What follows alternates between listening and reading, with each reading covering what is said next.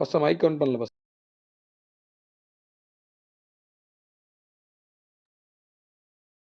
கர்த்தருடைய நல்ல நாமம் மகிமைப்படுவதாக. இயேசு கிறிஸ்துவின் நல்ல நாமத்தினாலே உங்க எல்லாருக்கும் என்னுடைய அன்பான வாழ்த்துக்களை நான் தெரியப்படுத்துகிறேன். நல்ல நாளிலும் சமூகத்துல நாம் கூடி வர, கர்த்தரை மகிமைப்படுத்த, ஆண்டவரை ஆராதிக்க, ஆண்டவர் பாராட்டின எல்லா கிருபைகளுக்காக நான் ஆண்டவருக்கு அதிகமாய் நன்றி செலுத்துகிறேன். நாம் தொடர்ந்து ஜெப வாழ்க்கை என்கிற இந்த நல்ல பாடத்தை நாம் தியானிக்க பரிசுத்த ஆவியானவர் நமக்கு உதவி செய்திருக்கிறார். சோ இந்த பாடத்துல நம்ம கடந்த வாரத்துல பார்த்த காரியங்களை, அதனுடைய ரிவ்யூவை பாஸ்டர் ரோஷன் அவர்கள் அழகாக நமக்கு அதை தெரியப்படுத்தினார்கள், ஞாபகப்படுத்தினார்கள். ஆண்டவருக்கு நான் நன்றி செலுத்துகிறேன். ஏன் ஜெபிக்கணும் அப்படிங்கிற ஒரு கேள்வி நமக்கு முன்பதாக வைக்கப்படும் பொழுது நமக்கு வேதாகமும் அதற்கு பல பதில்களை சொல்லுது. நாம ஜெபிக்க வேண்டும் என்பது தேவன் நமக்கு வைத்திருக்கிற கட்டளை.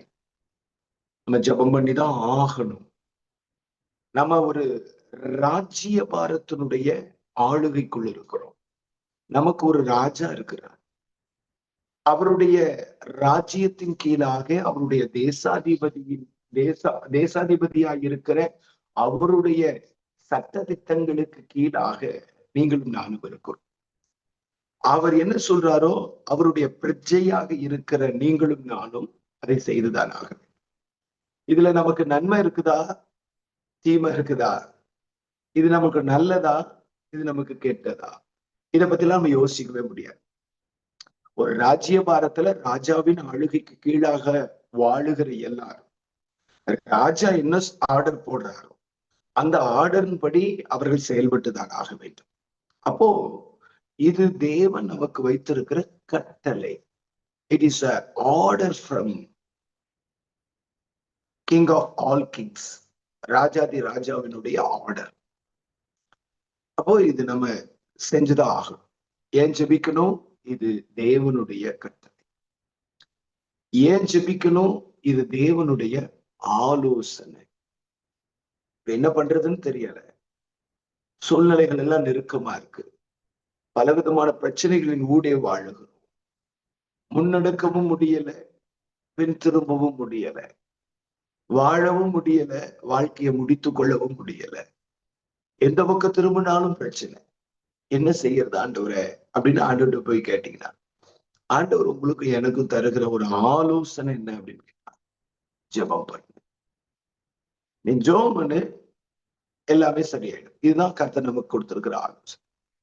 அன்று சொல்ற கெத்செமனே தோட்டத்துல சோதனை வரப்போது, அந்த சோதனைக்கு நீ உட்படாம இருக்கணும் அப்படின்னு சொன்னா, அந்த சோதனையில நீ பாதிக்கப்படாம இருக்கணும்னா, அந்த பிரச்சனைகள் உன்னை மேற்கொள்ளாம இருக்கணும்னா நீ ஜெபிக்கணும். இதுதான் ஆண்டவர் சொன்னது. இது தேவனுடைய ஆலோசனை. மூன்றாவது, இது தேவனுடைய வார்னிங், எச்சரிப்பு. ஜெபிச்சுதான் ஆகணும். நீ ஜெபிக்கலன்னா ரொம்ப கஷ்டம் அப்படி சொல்றேன். இது ஜெபிக்க வேண்டிய காலம். நீ ஜெபிச்சாதான் மாற்றம், நீ ஜெபிச்சாதான் மாறும். நீ ஜெபிக்கலன்னா அதனால நிறைய பிரச்சனை இருக்கு. நம்ம இந்த இந்த ஏன் ஜெபிக்கணுங்கிற இந்த விஷயங்களை நம்ம பார்த்துட்டு ஜெபத்தினால வரக்கூடிய பலன்கள் என்னன்னு பார்க்கணும். அது நீங்க எல்லாருமே என்ஜாய் பண்ணுவீங்க. அதுக்கப்புறம் ஒரு பாடம் என்ன அப்படின்னு கேட்டீங்கன்னா, ஜெபிக்கலன்னா வரக்கூடிய பிரச்சனை என்ன.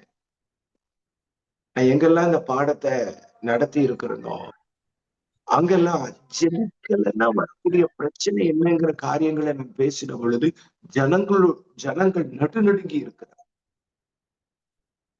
நான் போதிச்சதுனால இல்ல, அப்படிப்பட்ட வசனங்களை ஆண்டவர் வேதத்துல வச்சிருக்கு. ஐயோ ஜெபிக்கலன்னா இவ்வளவு பிரச்சனை இருக்கா? கிட்டத்தட்ட ஒரு 10-12 காரியங்கள் இருக்கு. ரொம்ப அவசரப்படாம ஒரு நாளுக்கு 1 அல்லது 2 காரியங்களை மட்டும் பார்த்து, ஆண்டவர் ஜெபத்தை நமக்கு முன்னாடி எப்படிப்பட்ட ஒரு எச்சரிப்பா வச்சிருக்க. ஜெபிக்கலன்னா அது எவ்வளவு பெரிய ஆபத்து நமக்கு அப்படிங்கிறத புரிஞ்சுக்கிட்டு நம்ம ஆண்டவருடைய சமூகத்துல ஜெபிக்க நம்மளை அர்ப்பணிக்க போறோம். அப்ப ஏன் ஜெபிக்கணும் அப்படின்னு கேட்டா, இது தேவனுடைய எச்சரிப்பு. நம்ம ஜெபம் பண்ணிதான் ஆகணும். ஏன் ஜெபிக்கணும் அப்படின்னு கேட்டா, இயேசு ஜெபம் பண்ணி இருக்கிறார். இயேசு ஜெபிக்க வேண்டிய அவசியமே இல்லை. இயேசுக்கு ஜெபம் தேவையில்லை. அவர் ஜெபிச்சுதான் பிதாவோடு கூட இருக்கணுங்கிற அவசியம் கிடையாது. அவர் ஜெபிக்கலனால கூட அவரும் பிதாவும் ஒன்றாய் இருக்கிறார். ஆனா இயேசு உங்களுக்கு எனக்கும் ஒரு ஜெபத்தை மாதிரியாக காண்பித்தது. அவரை குறிச்சு வேதத்துல நம்ம பார்க்கும் பொழுது அதிகாலையில் எழுந்து ஜெபம் பண்ணி இருக்கிறார், அதிக இருட்டோடு எழுந்து ஜெபம் பண்ணி இருக்கிறார், ஒலிவ மலைக்கு போய் ஜெபம் பண்ணி இருக்கிறார், வனாந்தரமான ஒரு இடத்திற்கு போய் ஜெபம் பண்ணி இருக்கிறார், சாயங்கால வேளையில தனித்து இருந்திருக்கிறார், ராவெல்லாம் ஜெபித்திருக்கிறார், பலத்த சத்தத்தோடு ஜெபம் பண்ணி இருக்கிறார், கண்ணீரோடு கூட ஜெபம் பண்ணி இருக்கிறார். அவருக்கு ஒரு முழங்காட் படியிட்டு ஜெபம் பண்ணி இருக்கிறார், முகம் குப்புற விழுந்து ஜெபம் பண்ணி இருக்கிறார், ரத்தம் தரையில விழும்படிக்கு ஜெபம் பண்ணி இருக்கிறார், பிதாவை நோக்கி ஜெபம் பண்ணி இருக்கிறார், ஸ்தோத்திரம் பண்ணி ஜெபம் பண்ணி இருக்கிறார். இப்படி இயேசுவினுடைய ஜெபத்தை குறிச்சு பைபிள்ல நிறைய நம்ம பார்க்க முடியும். இயேசு ஜெபம் பண்ணி இருக்கிறார். இயேசு நமக்கு முன்னாடி ஒரு மாதிரியை காண்பிச்சிருக்கிறார். நம்ம ஜெபம் பண்ணிதான். அப்ப இது தேவனுடைய மாதிரி அப்படின்னு சொல்லி பார்த்தோம். அதற்கு பிறகு இது தேவனுடைய சாயல். ஜெபம் பண்ணாதான் நம்ம இழந்த தேவ சாயலை பெற முடியும். பிதாவினுடைய சாயல்ல தான் நீங்களும் நானும் சிருஷ்டிக்கப்பட்டோம். ஆனா தேவனுக்கு இருந்த கண்ணு, காது, மூக்கு, வாயு, கை, காலு, உடம்பு நமக்கு இருக்குதே தவிர நம்முடைய இன்னர் இமேஜ், தேவனுடைய சாயல் ஆகிய நம்முடைய உள்ளான மனுஷனை நம்ம இழந்துட்டோம். We lost image of God. தேவனுடைய சாயல் நம்மளை விட்டு போயிடுச்சு. எப்ப மனுஷன் பாவம் செஞ்சானோ அப்பவே தேவனுடைய சாயல் இழந்துட்டான். தேவனை போல பார்க்கிறவன், தேவனை போல பேசுகிறவன், தேவனை போல நடக்கிறவன், தேவனை போல ஞானத்தை வெளிப்படுத்துகிறவன். ஆனா அந்த தேவ சாயலை இழந்து இன்னைக்கு மனிதன் நிற்கிறான். இன்னைக்கு இழந்த அந்த தேவ சாயலுக்கு மனிதன் திருப்பப்பட வேண்டுமானால் ஜெபம் மட்டும்தான் பிரதானமான வழி என்று ஆண்டவர் பேசுகிறார். ஜெபிச்சாதான் அந்த தேவசாயல் அடைய முடியும். அப்ப ஜெபம் என்பது தேவனுடைய சாயல் என்று பார்த்தோம். கடைசியா கடந்த வகுப்புல ஜெபம் என்பது தேவனுடைய வல்லமை, பவர் ஆஃப் காட். ஜெபிக்க ஜெபிக்க ஜெபிக்க ஜெபிக்க நினைச்சு பார்க்க முடியாத வல்லமைக்குள்ள நம்மளை நடத்துவார். ஒருவேளை ஊழியர்கள் இருப்பீங்க அப்படின்னு சொல்லி சொன்னா, நீங்க இதுவரைக்கும் எவ்வளவு ஜெபிக்கிறீங்களோ இன்னும் கொஞ்சம் உங்க ஜெபத்தை அதிகப்படுத்தி பாருங்க. வல்லமை கூடுகிறத பாருங்க. ஜெபத்தினால நிறைஞ்சு நீங்க ஒரு இடத்துல போய் நின்னீங்கன்னா அசாதாரணமான கிரியைகள் அங்க நடக்கிறத ஆவியானவர் பிரத்யட்சமா வெளிப்படுகிறத பாப்பீங்க. இயற்கைக்கு அப்பாற்பட்ட அற்புதங்களும் அடையாளங்களும் நடக்கிறத பாப்பீங்க. என்னுடைய ஊழிய வாழ்க்கையில அவனுடைய சமூகத்துல ஜெபத்துல நிறைஞ்சு நான் எங்கெல்லாம் போய் நிக்கிறேனோ, ஆஸ் யூஸ்வல் வழக்கமான ஜெபத்தை எடுத்துக்கிட்டு ஒரு இடத்துல போய் நிற்கிறத விட ஜெபத்துல நிறைந்து ஒரு இடத்துல நான் போய் நிற்கும் பொழுது அங்க வெளிப்படுகிற வல்லமை, அங்க வெளிப்படுகிற தேவக்கினிய பார்த்து ஆச்சரியப்பட்டிருக்கேன். நம்ம ஊழிய கடத்திலேயே எப்படிப்பட்ட காரியங்கள் நடக்குது அப்படிங்கிற மாதிரி. என்ன சொல்ல வரேன்னா, நம்ம கூடுதலா ஜெபிக்கும் பொழுது கூடுதலான வல்லமையை பெற்றுக்கொள்ளும். சோ இது தேவனுடைய வல்லமை என்று பார்த்தோம். ரைட். சோ இது வரைக்கும் பார்த்திருக்கிறோம். மொத்தம் 6 காரியங்களை பார்த்திருக்கிறோம். இன்றைக்கு 4 காரியங்களை வேகமா நான் உங்களுக்கு சொல்லுகிறேன். அடுத்த வாரம் நம்ம ஜெபத்தினால வரக்கூடிய பலன்கள் என்ன, ஜெபம் நமக்கு எப்படிப்பட்ட பலனை தருது அப்படிங்கிறத நம்ம பார்க்க போறோம். சரிங்களா? நம்பர் 7, ஏழாவது காரியம் என்ன அப்படின்னு கேட்டீங்கன்னா,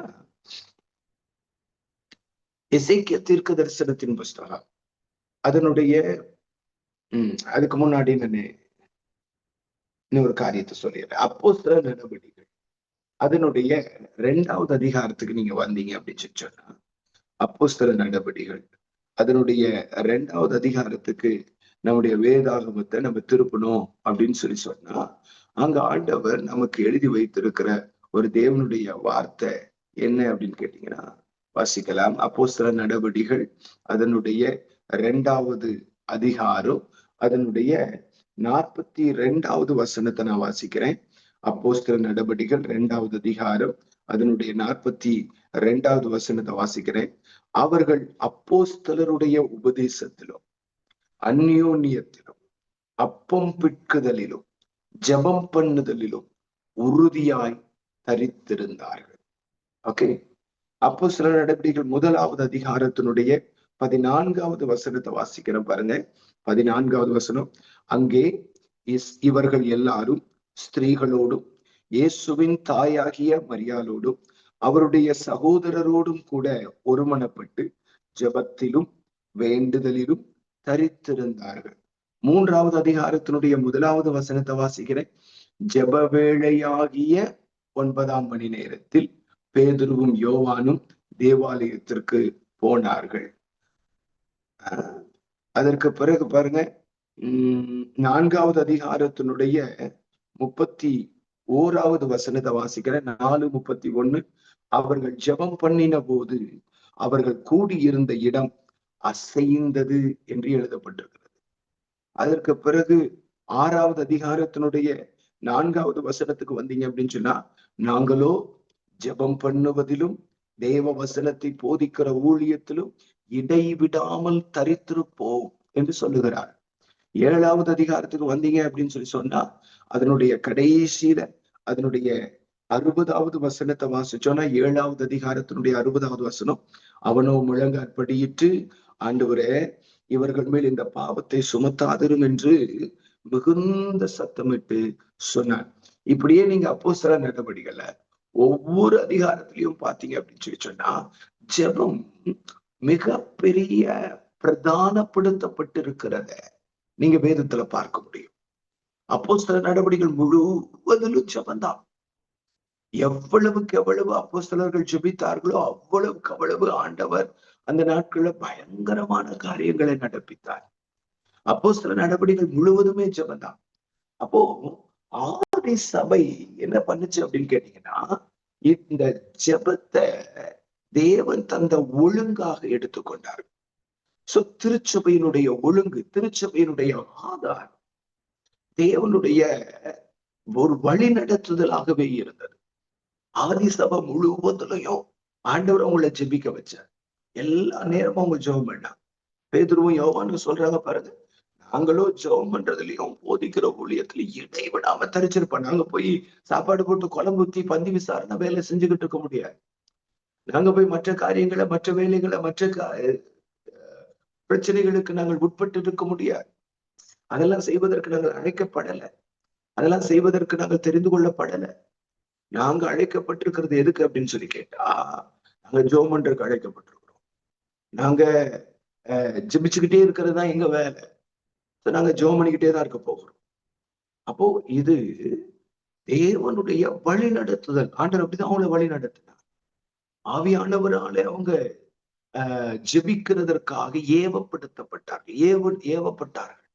ஜெபம் பண்ண அவர்கள் நடத்தப்பட்டார்கள். பாருங்க, அப்போஸ்தலர் நடவடிக்கைகள் அதனுடைய 1வது அதிகாரம் 5வது வசனம் நம்ம எல்லாருக்குமே தெரிஞ்ச வசனம் இல்லைங்களா?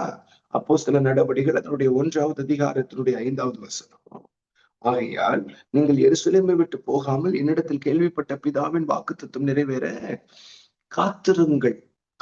இங்க ஒரு வேர்டு பாருங்க, காத்திருங்கள். இந்த காத்திருங்கள்ங்கிற வேர்டுனுடைய அர்த்தமே என்னன்னு கேட்டீங்கன்னா, ஜெபம் பண்ணுங்கன்னு அர்த்தம். ஆண்டவர் ஜெபம் பண்ணுங்கன்னு சொல்றாரு. எதுக்கு ஜெபம் பண்ணணும்? பிதாவினுடைய வாக்குத்தத்தம் நிறைவேறுவதற்காக ஜெபம் பண்ணுங்க. எது பிதாவினுடைய வாக்குத்தத்தம்? யோவேல் 2வது அதிகாரம் 28வது வசனத்துல மாம்சமான யாவர் மேலும் என் ஆவியை ஊற்றுவேன்னு சொன்னார்ல, அந்த பிதாவின் வாக்குத்தத்தம் நிறைவேறுவதற்காக ஜெபம் பண்ணுங்கள் அப்படின்னு சொன்னார். அப்போ ஆண்டவரே அவங்களை என்ன பண்ணாரு கேட்டீங்கன்னா, வழி நடத்தி கொண்டு போறாரு. எதுக்கு வழி நடத்துறாரு? ஜெபம் பண்றதுக்கு வழி நடத்துறாரு. சோ கவனிங்க, உங்களுக்கு எனக்கும் பரிசுத்த ஆவியானவருடைய ஜெபிக்கிறதற்கு ஏதுவான வழி நடத்துதல் இருக்கா? நீங்க சொல்லுங்க பார்க்கலாம். கடைசியா ஆவியானவர் நடத்தி, அவர் ஜெபிக்க நடத்தி நம்ம ஜெபம் பண்ணிருக்கோமா? ஆவியானவர் உபவாசிக்கும்படி ஏவுதல் தந்து அல்லது உணர்த்துதல் தந்து அழுத்தம் தந்து நம்ம உபவாசிக்கும்படி ஆண்டுடைய சமூகத்துக்கு போயிருக்கிறோமா? கடந்த சில நாட்களுக்கு முன்னாடி ஒரு ஊழியர்கிட்ட பேசிட்டு இருந்தேன். அவர் ஒரு ஊழியத்துக்காக டேட் கொடுத்திருந்தார். நான் தான் டேட் வாங்கி கொடுத்திருந்தேன். அவர் எங்கிட்ட திடீர்னு வந்து ஒரு நாள் அவரை நேர்ல சந்திக்கக்கூடிய வாய்ப்பு கிடைச்சது. திடீர்னு என்கிட்ட வந்து, பாஸ்டர் கோச்சுக்க வேண்டாம், உங்ககிட்டங்கிறதுனால நான் சொல்ல